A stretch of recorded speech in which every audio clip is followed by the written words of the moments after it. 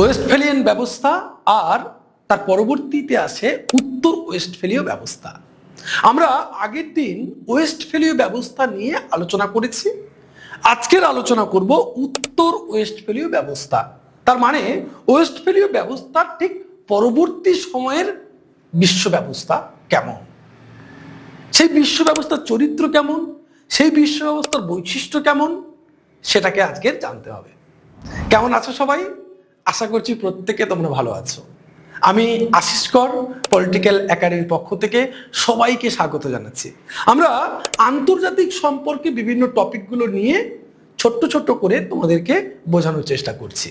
যাদের এই পেপারটি রয়েছে তোমরা অবশ্যই কিন্তু আমাকে কমেন্ট করে জানাও তোমাদের আর কি কি ভিডিও তোমাদের প্রয়োজন। এরপরে কিন্তু আমরা ঠান্ডা যুদ্ধ নিয়ে আলোচনা করতে চলেছি, ক্লাসগুলো কেউ মিস করবে না। আজকের আলোচনার বিষয় উত্তর ওয়েস্টফ্যালিয়া ব্যবস্থা। তাহলে আমরা কি জেনেছিলাম, ওয়েস্টফ্যালীয় ব্যবস্থাতে আমরা কি দেখেছিলাম, সেই ওয়েস্টফ্যালিয়ান ব্যবস্থা মধ্য দিয়ে জাতি রাষ্ট্রের উদ্ভব ঘটেছিল, যে জাতি রাষ্ট্র ব্যবস্থার নিজস্ব সার্বভৌমিকতা ছিল, যে জাতি রাষ্ট্র ব্যবস্থার একটা নির্দিষ্ট সীমা রেখা ছিল, তাই না? রাষ্ট্র ব্যবস্থা বলতে যেটাকে বুঝি সেটা এই ওয়েস্টফ্যালীয় চুক্তি, ওয়েস্টফ্যালীয় ট্রিটি, 30 বছর ব্যাপী সেই যুদ্ধ, তারপরে এইরকম একটা সিদ্ধান্ত এবং তার মধ্য দিয়ে যে আধুনিক এক রাষ্ট্র ব্যবস্থা তার ভিত্তি স্থাপিত হয়েছিল। কিন্তু ধীরে ধীরে ধীরে ধীরে সবকিছু বদলে যেতে থাকে, তাই না? তাই আমরা দেখব উত্তর ওয়েস্টফ্যালিয়ান ব্যবস্থার সিস্টেমটা কি। চলো দেখে নিই। ধীরে ধীরে সময় যত গড়িয়েছে, সময় যত এগিয়েছে, আমরা বিশ্বায়নের আলোকে আলোকিত হয়েছি, আমরা বিশ্বায়িত পৃথিবীতে চলে এসেছি। বিশ্বায়নের ফলে আমরা কি দেখেছি? সারা পৃথিবীতে এক নতুন এক প্রযুক্তিগত বিপ্লব এসেছে, এক গতিময়তা এসেছে, এক পরিবর্তনশীলতা এসেছে, অর্থাৎ উদারীকরণ, অর্থাৎ বাণিজ্যিকীকরণ, এগুলোর মাত্রা ব্যাপকভাবে বৃদ্ধি পেয়েছে। তার ফলে কি হয়েছে? তার ফলে এক দেশ থেকে আরেক দেশে যোগাযোগ ব্যবস্থা, এক দেশ থেকে আরেক দেশে যাতায়াত ব্যবস্থা, এক দেশ থেকে আরেক দেশের অর্থনীতির সচলতা, অর্থনীতি এক দেশ থেকে অন্য দেশে খুব দ্রুততার সাথে ছড়িয়ে পড়েছে। আমরা পৃথিবীর এক প্রান্তে থেকেও অন্য প্রান্তের খবর খুব দ্রুত কিন্তু জানতে পাচ্ছি, তাই না? তাই উত্তর ওয়েস্টফ্যালীয় ব্যবস্থার প্রথম বৈশিষ্ট্য বলছে রাষ্ট্রীয় সার্বভৌমত্বের সংকোচন। আমরা ওয়েস্টফ্যালিয়াতে কি দেখেছিলাম? আমরা ওয়েস্টফ্যালিয়াতে দেখেছিলাম রাষ্ট্রীয় সার্বভৌমত্বের কথা বলছে। একটা সার্বভৌম রাষ্ট্র গড়ে উঠছে, সেখানে যে সার্বভৌম শক্তি একটা রাষ্ট্রের সব থেকে শক্তিশালী শক্তি, সব থেকে প্রথম এবং প্রাধান্য বিস্তারকারী শক্তি, চরম ক্ষমতা, তাই না? কিন্তু ধীরে ধীরে ধীরে ধীরে সেই শক্তির সংকোচন ঘটছে। কেন এই শক্তির সংকোচন ঘটছে? বলছে ওয়েস্টফ্যালীয় ব্যবস্থার মতো রাষ্ট্র এখন আর তার সীমানার ভেতরে একচ্ছত্র এবং অসীম ক্ষমতার অধিকারী নয়।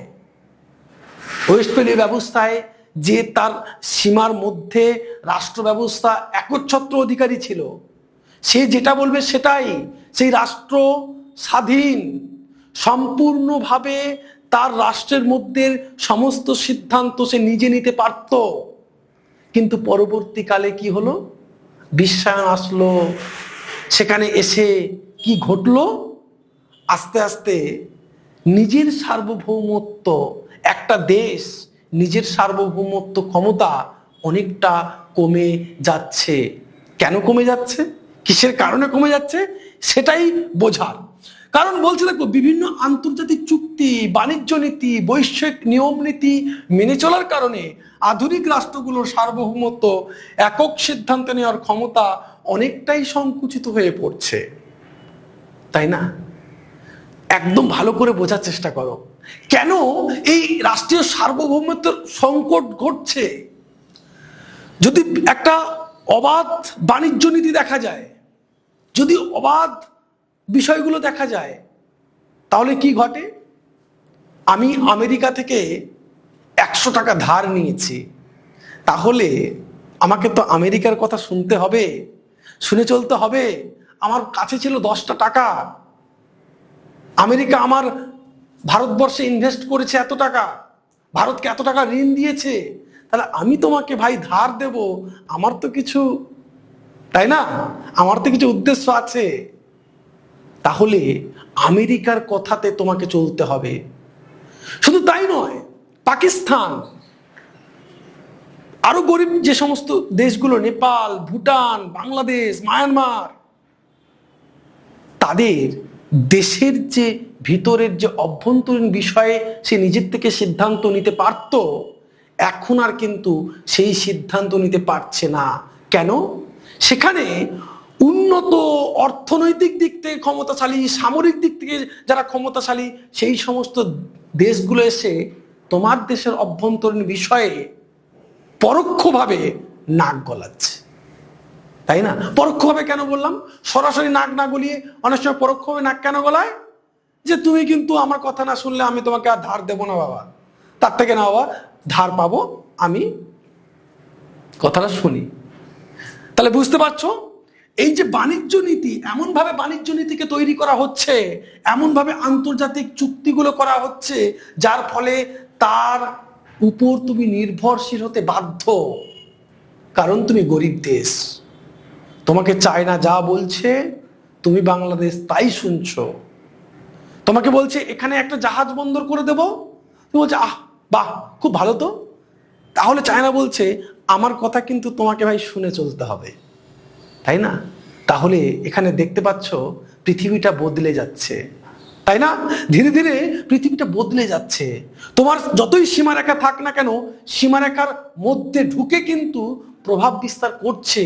তোমার সীমারেখার মধ্যে ঢুকিয়ে কিন্তু অনেক সময় আমেরিকা পাকিস্তানের ভিতরে ঢুকে পুতুল সরকার স্থাপন করছে। তোমরা শোনো না, অনেক দেশ এই দেশের পরিচালিত করে। আগে ছিল উপনিবেশ, আমাদেরকে ইংরেজরা শাসন করে গেছে। এখন উত্তর উপনিবেশ গড়ছে। উত্তর উপনিবেশ বলতে কি? অর্থনৈতিক দিক থেকে শোষণ করা। আগে সরাসরি শোষণ করত, এখন আর সরাসরি শোষণ করে না। এখন আমাদের নিজেদের রাষ্ট্র রয়েছে, আমরা বলছি আমরা কিন্তু বিশাল ক্ষমতাশালী, আমরা বিশাল এই সেই, আমাদের ডিসিশন আমরা নিজেরা নিতে পারছি, আমরা সবকিছু করতে পারছি। অথচ কিন্তু তা নয়, আমরা বড় বড় উন্নত দেশের কথা শুনে চলতে বাধ্য থাকছি, তাদের নিয়ম নীতিগুলো মেনে চলতে বাধ্য থাকছি। তারা যেটা বলছে সেই রকম করে আমার দেশের মধ্যে, আমার দেশের অন্তরের মধ্যে সেই সিদ্ধান্ত নিতে আমরা বাধ্য। তাহলে বুঝতে পারছো, তার মানে রাষ্ট্রীয় যে সার্বভৌমত্ব ছিল সেটা কিছুটা হলেও কমে যাচ্ছে। সমস্ত সিদ্ধান্ত কেবলমাত্র আমি নিতে পারছি তা নয়, বিশ্বের রাষ্ট্র আছে, নিয়ম আছে, কানুন আছে, তাদের চুক্তি আছে, তাদের মতো করে আমার চলতে বাধ্য হচ্ছি। কি বলছে? অরাষ্ট্রীয় শক্তির উত্থান, rise of non state actors. খুব গুরুত্বপূর্ণ, খুবই গুরুত্বপূর্ণ। বলছে বর্তমান বিশ্ব রাজনীতি আর কেবল রাষ্ট্রকেন্দ্রিক নয়। আমরা যে স্ট্র্যাটেজিজমের কথা পড়েছিলাম, শুধু রাষ্ট্রকেন্দ্রিক যে রাজনীতির কথা পড়েছিলাম, রাষ্ট্রের উপরে নির্ভরশীলতার কথা পড়েছিলাম, শুধু রাষ্ট্র ব্যবস্থায় সমস্ত সিদ্ধান্ত নেবে, সমস্ত কিছুর ঊর্ধ্বে রাষ্ট্র, এই কথাতে আমরা যে বিশ্বাস করেছিলাম তা নয়। বলছে বহুজাতিক কোম্পানি যেমন গুগল, অ্যাপেল, আন্তর্জাতিক সংস্থা ইউএনও, ইউটিও, এমআইএফ এবং বিভিন্ন আন্তর্জাতিক এনজিও যেমন অ্যামনেস্টি ইন্টারন্যাশনাল এখন বিশ্ব রাজনীতি ও অর্থনীতিতে রাষ্ট্রের সমকক্ষ বা কোনো কোনো ক্ষেত্রে রাষ্ট্রের চেয়েও বেশি ভূমিকা পালন করছে, তাই না? শুধুমাত্র রাষ্ট্র ব্যবস্থায় সিদ্ধান্ত নেবে, শুধুমাত্র একটা রাষ্ট্রই যা বলবে সেটাই শেষ কথা, এটা কিন্তু এখন আর হচ্ছে না। এখন কি দেখা যাচ্ছে? এখন বহু কারকের উপস্থিতি, কারক বলতে কোনগুলোকে বোঝাচ্ছে? এই যে বহুজাতিক সংস্থাগুলো, বহুজাতিক যে বিভিন্ন, আমি বড় বড় যে সংস্থার কথা বলছি, আন্তর্জাতিক যে সংস্থার কথা বলছি, এই ইউএনও বলো, আন্তর্জাতিক সংস্থার কথা, সম্মিলিত জাতিপুঞ্জ বলো, ওয়ার্ল্ড ট্রেড অর্গানাইজেশন বলো, ইন্টারন্যাশনাল মনিটারি ফান্ডের কথা বলো, এরা কিন্তু বিভিন্ন সিদ্ধান্ত নিচ্ছে এবং চাপিয়ে দিচ্ছে। তারা যে নিয়ম তৈরি করছে সেই নিয়ম মেনে চলতে আমাদের মতো দেশগুলো বাধ্য এক প্রকার। সে ভারত হোক, সে বাংলাদেশ হোক, সে মায়ানমার হোক, নেপাল হোক, ভুটান হোক, যারাই যে সমস্ত দেশ হোক না কেন, শুধুমাত্র রাষ্ট্র একমাত্র কারক নয়, অন্যান্য বিভিন্ন সংস্থা তারাও কিন্তু অনেক ক্ষমতা রাখে। পরের পয়েন্টটি খুব গুরুত্বপূর্ণ একটি পয়েন্ট, লক্ষ্য করো তোমরা কি বলছে। সীমানার গুরুত্ব হ্রাস এবং বিশ্বায়ন, যেটা বলছিলাম যে বিশ্বায়ন ব্যবস্থার ফলে পুরো বিশ্ব ব্যবস্থাতে কিভাবে সীমানার গুরুত্ব হ্রাস পাচ্ছে, সীমানা কিভাবে ধীরে ধীরে বিলীন হয়ে যাচ্ছে। আমরা বলি না বিশ্বায়িত ব্যবস্থা, বিশ্বায়িত পরিবার, সমগ্র পৃথিবী আমার গ্রাম, অর্থাৎ সমস্ত পৃথিবীকে একটি গ্রামের মতো করে ভাবা, অর্থাৎ আমার দেশের সীমানা তার দেশের সীমানা কোনো সীমাহীন একটা বিষয় বলি তো। এই যে বিশ্ব ব্যবস্থার কথা ভাবি তো, আমরা বিশ্ব পরিবারের অংশ। সেখানে বলছে দেখো, ইন্টারনেট, তথ্য প্রযুক্তি, মুক্ত বাজার অর্থনীতির কারণে রাষ্ট্রের ভৌগোলিক সীমানা অনেকটাই শিথিল বা সীমাহীন হয়ে পড়েছে। পুঁজি, তথ্য, সংস্কৃতি এবং মানুষের অবাধ প্রবাহের ফলে রাষ্ট্রগুলো নিজেদের সীমানাকে আগের মতো কঠোরভাবে নিয়ন্ত্রণ করতে পারছে না। বিশ্বায়ন ব্যবস্থা কি করছে? সীমারেখার শিথিলীকরণ করছে। এক দেশ থেকে অন্য দেশের বাণিজ্য দ্রুত করতে হলে সীমারেখার শিথিলীকরণ প্রয়োজন। আমি আমার ঘরে বসে পৃথিবীর অন্য কোনো প্রান্তে কি হচ্ছে আমি কিন্তু এখানে বুঝতে পারছি, আমি দেখতে পাচ্ছি, শুনতে পাচ্ছি এক সেকেন্ডের মধ্যে, কয়েক সেকেন্ডের মধ্যে। তাহলে এখানে কি ঘটছে? তথ্য প্রযুক্তির, এখানে কি ঘটছে? ইন্টারনেট ব্যবস্থা এবং মুক্ত বাজার অর্থনীতি, খোলা বাজার। আমার দেশে তুমি আসো, তোমার দেশে আমি যাই। এর ফলে কি দেখা দিচ্ছে? যে কেউ কিন্তু আমার দেশে, তার দেশে, ওর দেশে চলে যেতে পারছে। বড় বড় মাল্টিন্যাশনাল কোম্পানিগুলো হোক বা বড় বড় সংস্থাগুলো হোক, তারা কিন্তু এটা করতে পারছে। তার ফলে কি হচ্ছে? আমার দেশের পুঁজি অন্য দেশে যাচ্ছে, আমার দেশের তথ্য অন্য দেশে চলে যাচ্ছে, আমার দেশের সংস্কৃতি অন্য দেশে চলে যাচ্ছে এবং মানুষেরও একটা অবাধ যাতায়াত ঘটছে। তার ফলে কি যাচ্ছে? আমার দেশে যে কঠোর যে নিয়ম নীতিগুলো ছিল সেগুলো আর থাকছে না। আমার দেশের যে সীমারেখা বলে একটা কিছু ছিল সেগুলো কিন্তু বাস্তবে সেইভাবে আর থাকছে না। অবশ্যই সীমারেখা আছে, কিন্তু বাস্তবে সেই বিষয়টা ধীরে ধীরে ধীরে ধীরে লুপ্ত হয়ে যাচ্ছে। আমি ফাটা জিন্সের প্যান্ট পরতাম না, আস্তে আস্তে আস্তে আস্তে কি হচ্ছে? আমি এখানে ফাটা, এখানে ফাটা, এখানে কাটা, ওখানে কাটা, এই জিন্সের প্যান্টগুলো পরতে আমরা অভ্যস্ত হয়ে পড়ছি। অর্থাৎ আমরা বাইরের দেশের যে কালচার, বাইরের দেশের যে সংস্কৃতি, সেটা আমার দেশে চলে আসছে, প্রভাব ফেলছে। অর্থনীতির উপর কি প্রভাব পড়ছে? বড় বড় যে সমস্ত শিল্পপতিরা রয়েছে তারাই একচেটিয়া ভাবেই কিন্তু শিল্প স্থাপনা করছে। ছোট ছোট ছোট ছোট যে সমস্ত শিল্পপতি বা ছোট ছোট যে সমস্ত ব্যবসা বাণিজ্যিক যে সমস্ত মানুষরা, তারা কিন্তু এই বড় বড় মানুষগুলোর সাথে পারছে না, কারণ একচেটিয়াতে সবাই এখানে প্রতিযোগিতা করছে। আর যারা বড়, যাদের টাকা বেশি, তারা যে দিবে, স্বাভাবিক ব্যাপার। তার পরের পয়েন্ট কি বলছে? বলছে মানবিক হস্তক্ষেপ। মানবিক হস্তক্ষেপ ওয়েস্টফেলিয়া ব্যবস্থার অভ্যন্তরীণ বিষয়ে অনধিকার চর্চার নীতিটি এখানে দুর্বল হয়ে পড়েছে। আগে কি দেখতাম, আগে কি দেখেছিলাম ওয়েস্টফেলিয়াতে? যে আমার দেশের সীমানার মধ্যে আমরা যা ডিসিশন নেব সেটাই শেষ কথা, সমস্ত ডিসিশন আমরা নিতে পারি। আমার দেশে কি হচ্ছে না হচ্ছে বাইরের কোনো দেশের কেউ এখানে নাক গলাতে পারবে না। আমার দেশের ঘটনা নিয়ে কেউ অনধিকার চর্চা করবে না, সেই চর্চা করার অধিকার কারণ নেই।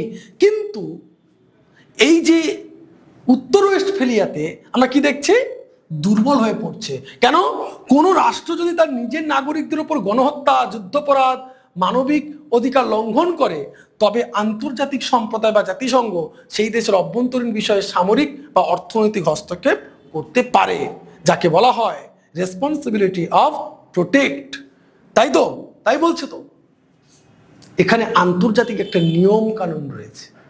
বলছে বিশ্ব ব্যবস্থা আমূল পরিবর্তন হয়ে গেছে। তোমার দেশে যদি গণহত্যা ঘটে, তোমার দেশের যদি বড় কোনো সন্ত্রাস হয়, কোনো যদি যুদ্ধাপরাধ বা মানবিক অধিকার লঙ্ঘনের মতো ঘটনা ঘটে, তাহলে আন্তর্জাতিক বিভিন্ন মানবাধিকার লঙ্ঘনকারী যে সমস্ত সংস্থা রয়েছে সেগুলো কিন্তু তোমার দেশের ভিতরে ঢুকে তদন্ত করতে পারে। সেগুলো কিন্তু আন্তর্জাতিক সম্পর্কে জাতিসংঘ রয়েছে, ইউনাইটেড নেশনস রয়েছে, তারা সামরিক দিক থেকে, অর্থনৈতিক দিক থেকে হস্তক্ষেপ করতে পারে, তাই না? যদিও এখন সম্মিলিত জাতিপুঞ্জ কি বলা যায়, ছোট জগন্নাথের মতো বসে থাকে, দেখে কোথায় ইরানে যুদ্ধ হবে, কোথায় কে বোম ফেলছে, এগুলো দেখতেই থাকে। কিন্তু এর ফলে আমরা কি দেখছি, এর ফলে মানবিক হস্তক্ষেপ ঘটছে। এটা যে তোমার দেশে যুদ্ধ হচ্ছে, এটা ঠিক নয়, বন্ধ করো, বন্ধ করো। এই যে মানবিক দিক থেকে হস্তক্ষেপ করা, কোনো মানবাধিকারের লঙ্ঘনের ঘটনা ঘটেছে, হস্তক্ষেপ করা, অর্থাৎ মানবিক হস্তক্ষেপের নামে কিন্তু আমি অন্য দেশের অভ্যন্তরীণ বিষয়ে হস্তক্ষেপ করছি। আগে কিন্তু ওয়েস্টফেলিয়ান যে ব্যবস্থা, সেখানে আমার নিজের দেশে কি ঘটছে না ঘটছে এটা নিয়ে হস্তক্ষেপ করার কোনো স্বাধীনতা ছিল না। একেবারে লাস্ট দুটি গুরুত্বপূর্ণ বৈশিষ্ট্য তোমরা দেখতে পাচ্ছ। একটি হচ্ছে বৈশ্বিক শাসন ব্যবস্থার বিকাশ, আর একটি হচ্ছে তীব্র আত্মনির্ভরশীলতা। খুবই গুরুত্বপূর্ণ। এই গ্লোবাল গভর্নেন্সের কথা বলি, আমরা যখন বিশ্ব ব্যবস্থার কথা বলছি, আমরা যখন গভর্নেন্সের কথা বলছি, যখন মূলত বিশ্বায়নের কথা বলছি, তার মধ্য থেকে কিন্তু এই গ্লোবাল গভর্নেন্সের ধারণাটি চলে আসে। বলছে কি, বর্তমানে বিশ্বে একক কোনো বিশ্ব সরকার নেই। গ্লোবাল গভর্নেন্স এরকম বিষয়টা কিন্তু একক কোনো বিশ্ব সরকার আছে সেটা ঠিক নয়, কিন্তু কি আছে, কিন্তু একটা বৈশ্বিক জুড়ে শাসন ব্যবস্থা গড়ে উঠেছে, বিশ্ব শাসন ব্যবস্থা গড়ে উঠছে বর্তমানে, যেটা লক্ষ্য করতে পারা যাচ্ছে। বিশ্ব বাণিজ্য সংস্থা WTO, ওয়ার্ল্ড ট্রেড অর্গানাইজেশন, বিশ্ব স্বাস্থ্য সংস্থা, ওয়ার্ল্ড হেলথ অর্গানাইজেশন, আন্তর্জাতিক অপরাধ আদালত বলছে, ইন্টারন্যাশনাল যে কোর্ট বলছে, এর মতো বৈশ্বিক প্রতিষ্ঠানগুলোর আইন এবং সিদ্ধান্ত স্বাধীন রাষ্ট্রগুলো মেনে চলতে বাধ্য। আগে শুধুমাত্র স্বাধীন রাষ্ট্র কি করতো, তার নিজের দেশের আইন কানুন মেনে চলতো, কিন্তু এখন পৃথিবীর যে সমস্ত বড় বড় প্রতিষ্ঠানগুলো রয়েছে, এই ইন্টারন্যাশনাল কোর্ট বলো, এই হু বলো, বা এই বিশ্ব বাণিজ্য সংস্থা বলো, তারা বাণিজ্যের নীতি কি হবে, নিয়ম কি হবে, তারা যেভাবে ঠিক করছে সেইভাবে সারা পৃথিবীকে মেনে চলতে হচ্ছে। মানে একটা বৈশ্বিক ব্যবস্থা তৈরি হয়ে গেল, তাই না? আন্তর্জাতিক কোন অপরাধ হোক, বা বিশ্ব স্বাস্থ্য সংস্থা করোনার সময় তোমরা দেখেছো, বিশ্ব স্বাস্থ্য সংস্থা থেকে যেটা বলছে সেটা সারা পৃথিবীর সমস্ত দেশগুলো সেটাকে মেনে চলছে, তাই তো? তার মানে একটা বিশ্ব শাসন ব্যবস্থা গড়ে উঠছে। আর আন্তর্জাতিক অপরাধের ক্ষেত্রেও তাই। কোনো আন্তর্জাতিক অপরাধ সংগঠিত হলে আন্তর্জাতিক একটা কোর্ট রয়েছে, সেখানে অপরাধীকে সাজা ঘোষণা করে, কোনো দেশকেও সাজা ঘোষণা করা যেতে পারে।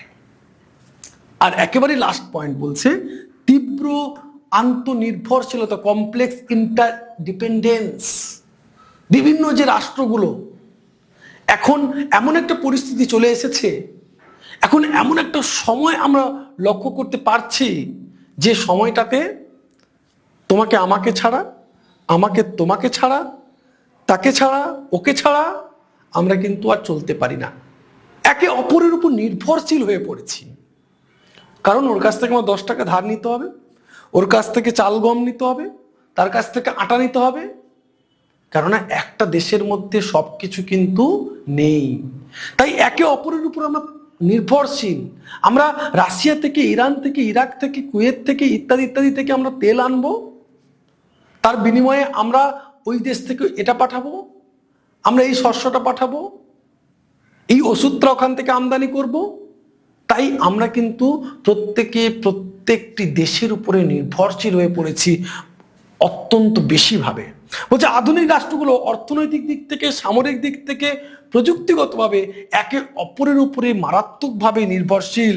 একটি দেশের অর্থনৈতিক সংকট, যেমন মুদ্রাস্ফীতি বা ব্যাংক ধস কিংবা যুদ্ধ মুহূর্তের মধ্যে বিশ্ববাজারে প্রভাব ফেলে, ফলে এককভাবে কোনো দেশের পক্ষে বিচ্ছিন্ন থাকা সম্ভবই নয়। আমরা দেখি তো, এখন তো আমরা লক্ষ্য করতে পারছি আমাদের যে তেলের যে সংকট, আমাদের যে গ্যাসের যে সংকট, কোথায় যুদ্ধ হচ্ছে? ইরানে যুদ্ধ। সেখান থেকে সেই সমস্যার জন্য আজকে আমার ঘরে সমস্যা হচ্ছে। কেন? আমার ঘরে গ্যাস নেই, ভালো করে খাবার নেই, সমস্যা হচ্ছে। তার প্রভাবটা আমার দেশেও পড়ছে। যুদ্ধ হচ্ছে মধ্যপ্রাচ্যে, সমস্যা হচ্ছে আমাদের এখানে। তাহলে বুঝতে পারছো উত্তর ওয়েস্টফেলিয়া সিস্টেম। তোমরা যদি আরো কোনো বিষয়ে ভিডিও চাও অবশ্যই মেসেজ করো, বলো কোন বিষয়ে ভিডিও চাইছো, অবশ্যই আমি চেষ্টা করব। থ্যাংক ইউ, ভালো থাকবে, দেখা হবে অন্য কোনো ভিডিওতে।